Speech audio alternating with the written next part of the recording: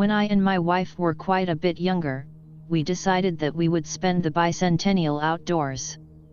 Yes, July of '76, we're old. We lived in Pueblo at the time, and decided to go hiking, fishing and camp along Lime Creek between Durango and Silverton.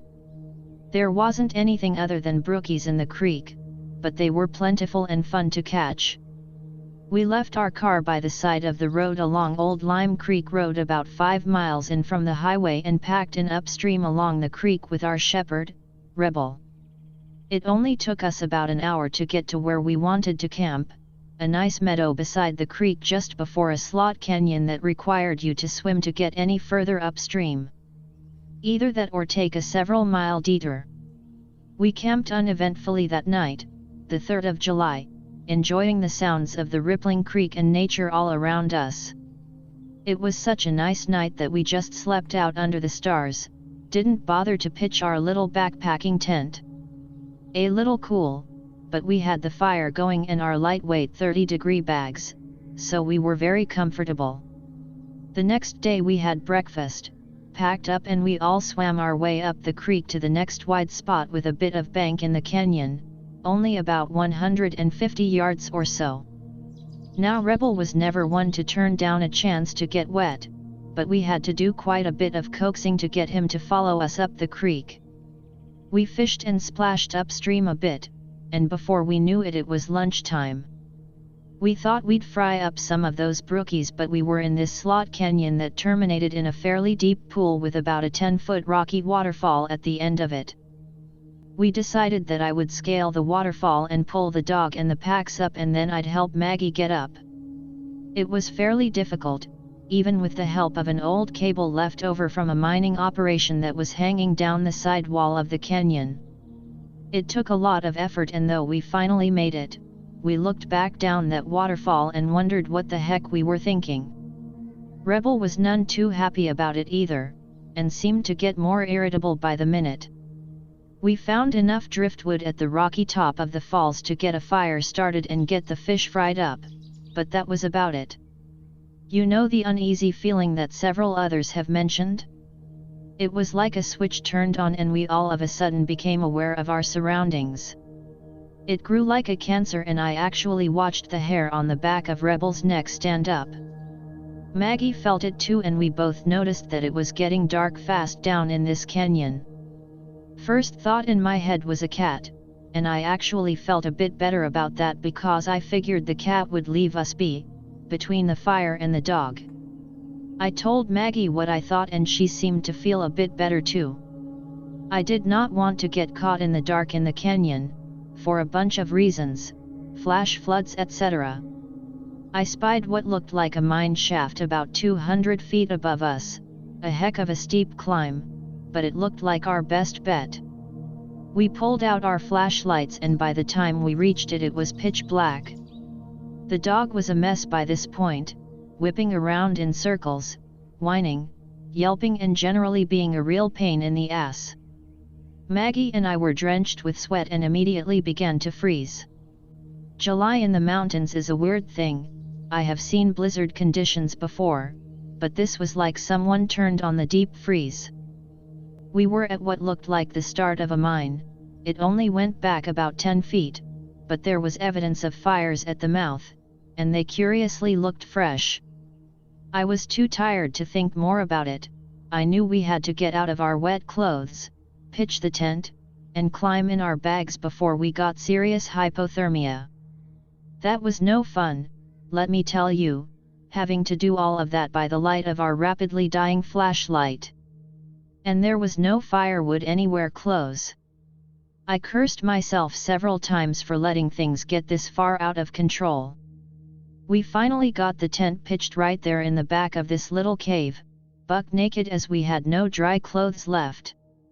The sleeping bags were slightly damp too, even though we had stuffed them in plastic garbage bags before our swimming expedition up the canyon. We froze. It was miserable. About 1 in the morning I called Rebel into the tent for a little heat.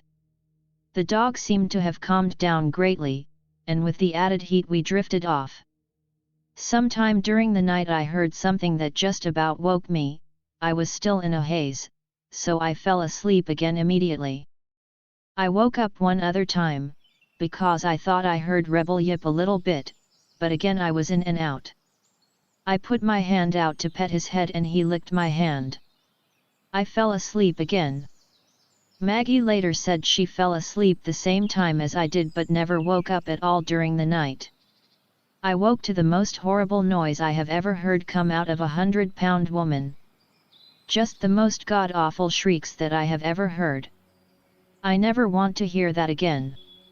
I opened my eyes just in time to see a man at the mouth of the shaft, silhouetted against the morning daylight, looking back at us with the most twisted evil grin I have ever seen on the face of another human. I scrambled to get free of my tightly zipped bag and the little tent while he just crouched there and grinned. When I was just about free, he disappeared. Now, we were granola crunchin' tree huggin' anti-gun nature freaks at the time, so the only thing I had of any consequence as a weapon was my camp knife. I found it after what seemed like hours of searching, but really was probably under a minute. I very cautiously made my way to the entrance, millimeters at a time. The guy was gone. About that time Maggie started screaming and whimpering again, so I rushed back to the back of the shaft. She had struggled out of the tent and was pointing at what used to be Rebel.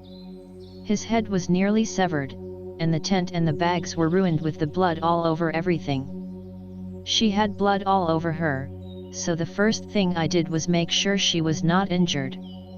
Then I checked myself. We were okay, it was all Rebel's blood. We put on our still damp cold clothes from the night before and then we noticed that our boots were gone.